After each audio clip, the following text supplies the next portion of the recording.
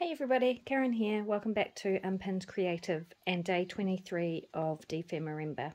Today's prompts are flower and paper doll. The animal for today is monkey. And this is the next page in my journal. Completely blank space.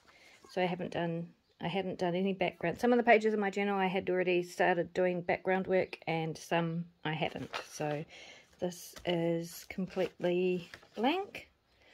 Now, monkeys. We're not going to get into the differences between a monkey and an ape.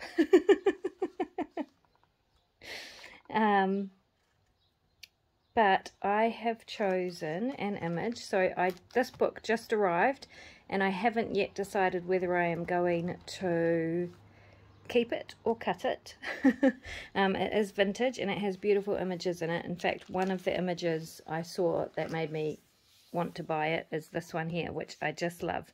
But I'm not going to use that today because I'm possibly going to add this to my collection. I haven't decided. But I did also find this gorgeous image, which I love as well. So I'm going to go with that for today. And then for the paper dolls, I know that paper dolls, the intention was probably Tim Holtz paper dolls, but I don't have any and I don't tend to use that sort of thing in my artwork.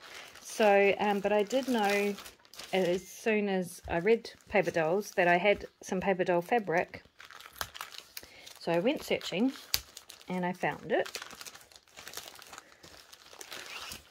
And this is what it looks like. And it's kind of Christmassy themed, so that is fitting because today is Christmas Day in New Zealand. And we've done all the family stuff and the kids have gone off to do their own thing. And I have some spare time to do my crafting, which I love. I mean, apart from spending time with the kids and family, there's nothing else I'd rather be doing than crafting on Christmas Day, other than sleeping, of course.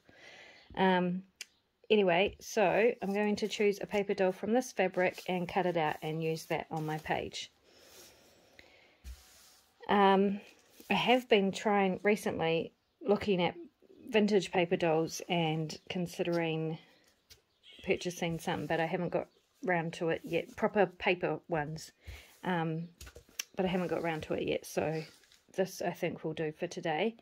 And I think I'm going to go with this beautiful girl here. And so you may be wondering why I'm calling these paper dolls. So the fabric is actually called paper doll. It's upside down. Paper doll Christmas pattern.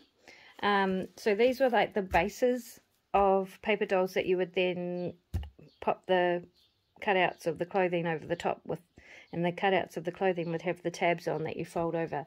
That's also why they seem to be in the underwear, because paper dolls, the actual doll, would be in its underwear because you put the clothing on top. So, but I think this is pretty enough that it could be a dress. And they're wearing shoes and socks, so. So I'm okay with that. So I have these two, and I'll decide which one I want to use when I get the page more sorted out.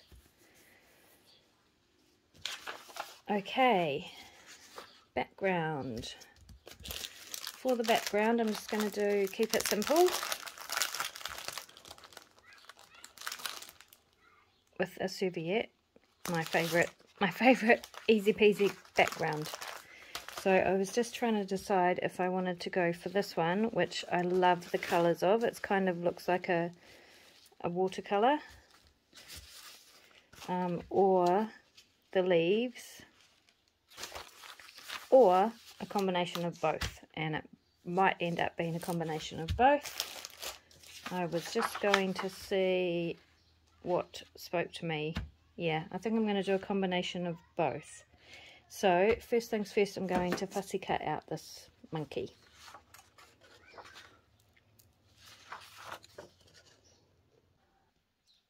Okay, and he fits pretty perfectly on the page like that. So I'm very happy about that. Right, I'm going to get this tissue down.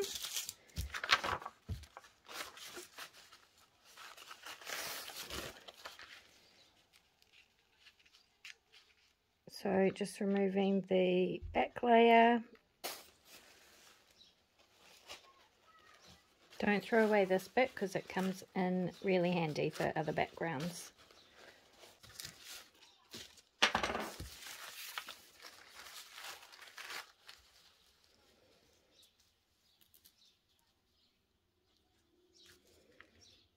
And I think I want it to be torn.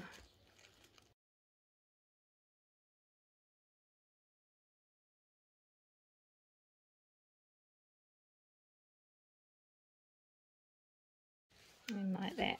So it's going to go with the leaves on the bottom and the flowers on the top, and for me it represents convenient modern living with our beautiful manicured gardens and pretty flowers and stuff, taking over the natural wild kind of, that's kind of just the idea that I have in my head when I am putting this together. So I'm just going to use my clear gesso, my homemade clear gesso.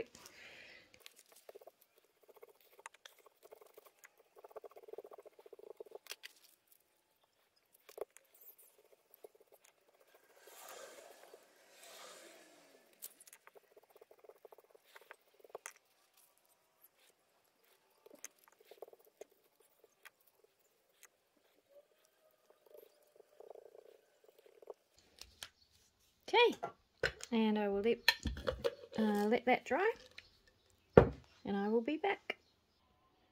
Okay, that is dry enough, and it will dry properly fairly quickly because it is very hot here today. So we're going something like that.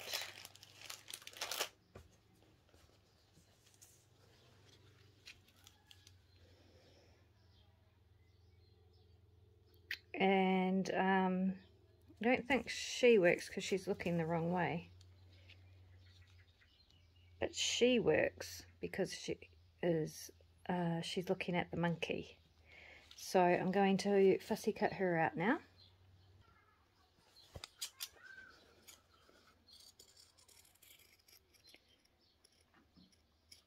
The trick with fussy cutting fabric is really sharp fabric scissors. So if you use fabric, have a pair of scissors that are just for cutting fabric and not paper. Every sewer will tell you that. You must you don't cut paper. You don't cut paper with your fabric scissors ever, not even just once. Just don't do it, and then your scissors will stay sharper much longer, and you shouldn't have any problems with cutting your fabric. You can get your scissors sharpened too, so you don't have to buy a new pair every time they go blunt. Okay, she is cut out, and keep these bits because they're good for stamping on, or using tearing and using in collages and clusters and things like that. Okay, so I'm just going to ink around the monkey, and the idea is that he will become a tuck spot. And I'm not sure yet where I'm going with this little girl, but somehow we need to connect them. So yep, I'll start with inking and we'll figure that out as we go. Okay, just before I ink this, I'm going to back the top bit of it, basically just the monkey, onto a piece of book page. So I'm just going to take a page from my glue book and pop that on there, then fussy cut that out again and then ink it.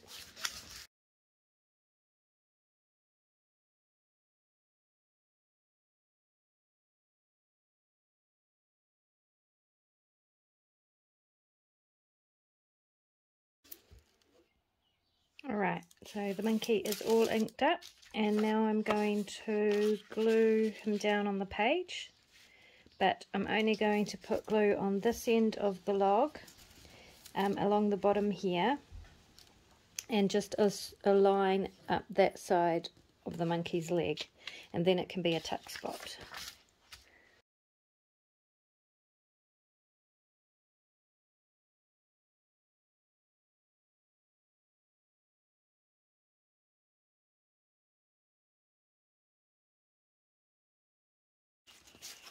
Okay, so now we can tuck something in behind there, like that. Okay, I'm going to do a little bit more work on this tree trunk and bring in some natural foliage. So I have these two gorgeous sticks that I picked up off the ground the other day, and I want to pull this moss off it and add it onto the tree trunk.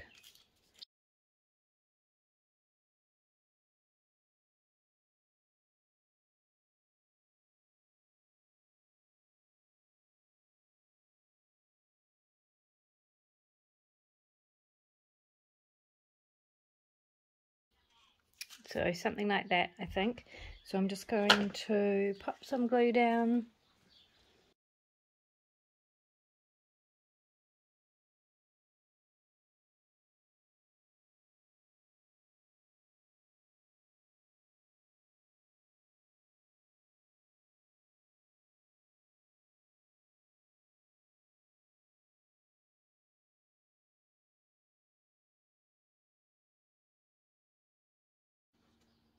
Easy peasy. If you don't have moss or don't like the idea of bringing stuff from the garden into your journal, you can use dried herbs. So I often use thyme, dried thyme and parsley and oregano and stuff like that, and add that to pages. It smells yum, and it will give a similar effect. Let me think about this for a minute. Okay, I think I know where I'm going now.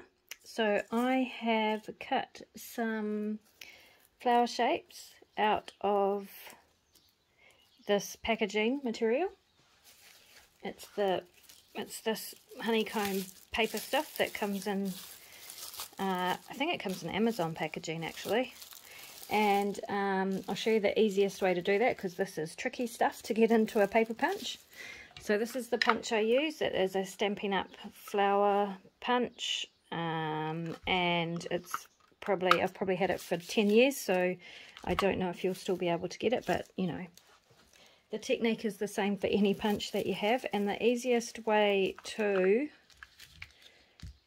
cut this type of material with a punch is to pull it to the side, and it goes flat, it flattens out, and then you can get that into your punch fairly easily, she says.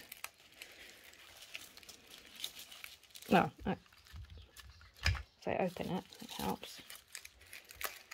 There we go. So it just takes some patience and some fiddling, but you can get it in and then punch it and then pop it out again. So that's what I did to make some flowers shapes. Oops. So let's just glue these flowers down first. I think the easiest way to glue this sort of thing is to pop the glue on the page in the general area that you want your material to be. And I don't like things stuck down flat anyway, so you know, I am okay with glue just holding where it needs to hold.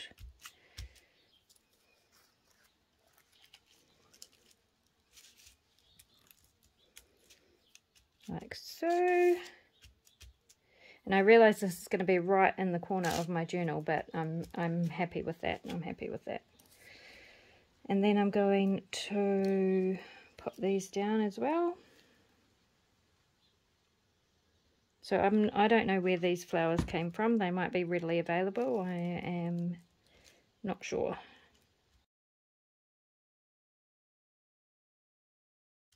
I'm starting to get pretty tired now. It has been a big month, and yeah, I feel like I've been working pretty hard this month, but really loving it as well at the same time. But I am now starting to get a bit tired. Okay. I think that's cool. I feel like I want something in the middle, but oh, I know what I want. Okay, this is silk from a corn husk that I dried out, and I think I'm going to pop a little bit of that in each of the center of these flowers, if I can wind it all up into a little ball.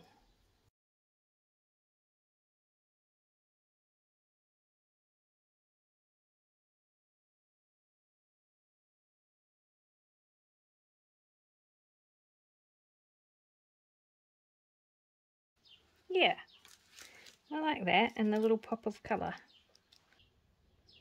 So that's, I want that side to be quite natural looking, so I'm not going to add any ink or anything to the these flower petals, even though that would make them pop more and stuff like that.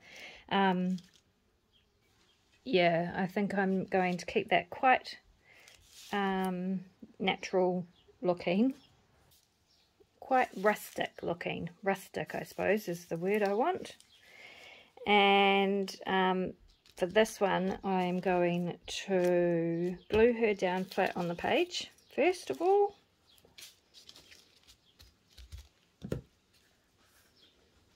I should probably use Mod Podge for that.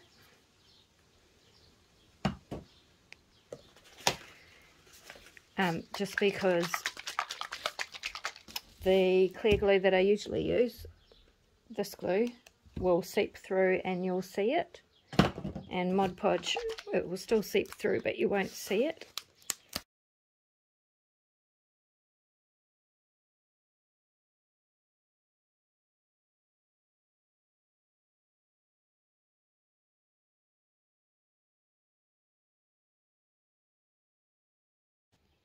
Okay, she is dry, so I'm going to start creating her hairpiece.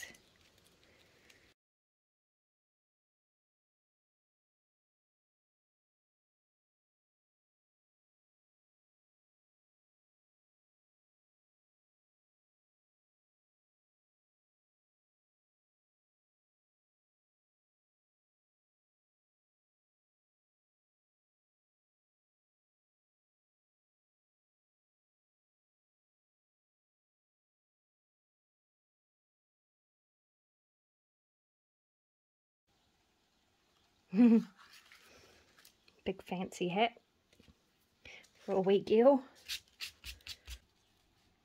Okay, now I'm going to take my water-soluble pencil and just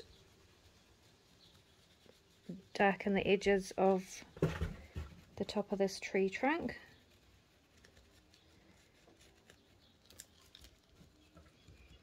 And around the monkey, even though the monkey is not attached.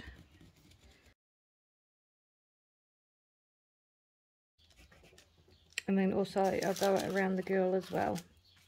So I'll do that and I'll be back. Okay, there we go.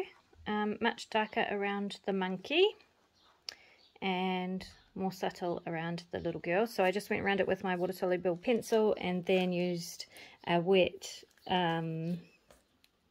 cotton bud, we call them. I think in America you call them Q-tips, to smudge it out a bit.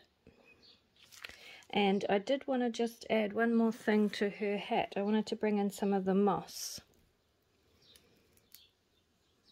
as well, just a little bit. So I might just pop that over here. Okay. Bit different. I'm not sure about the colours on these flowers. They were the only colours I had, and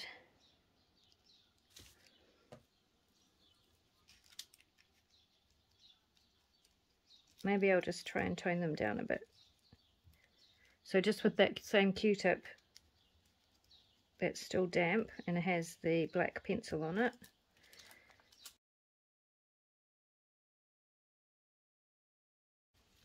Yeah, I'm happier with that. Not because nature is dull by any means. That's not what I'm trying to do. That's not what I'm trying to say, because honestly the most vibrant colours are in nature. But I guess it's just more... I don't know what I'm trying to say. Maybe it's natural as opposed to manufactured, or... I don't know. I don't know what the deal is. I don't know what I'm saying. But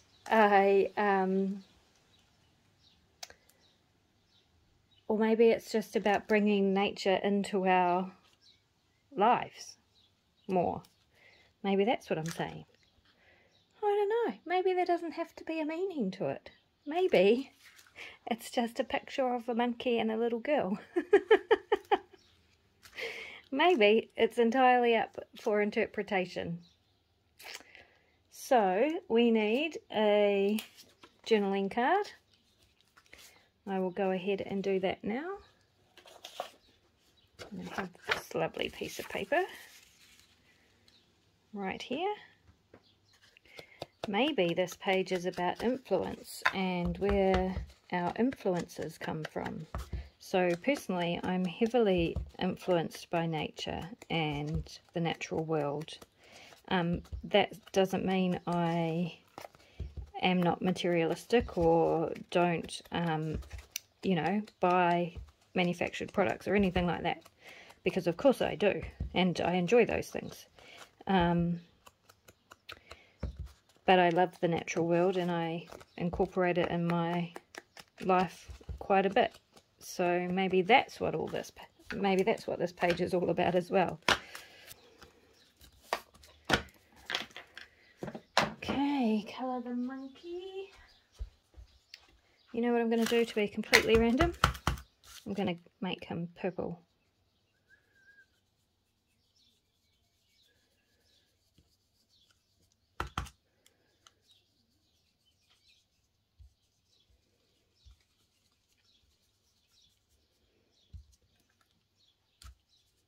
I don't know why.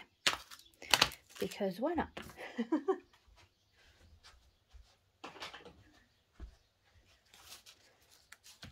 Okay, journaling card.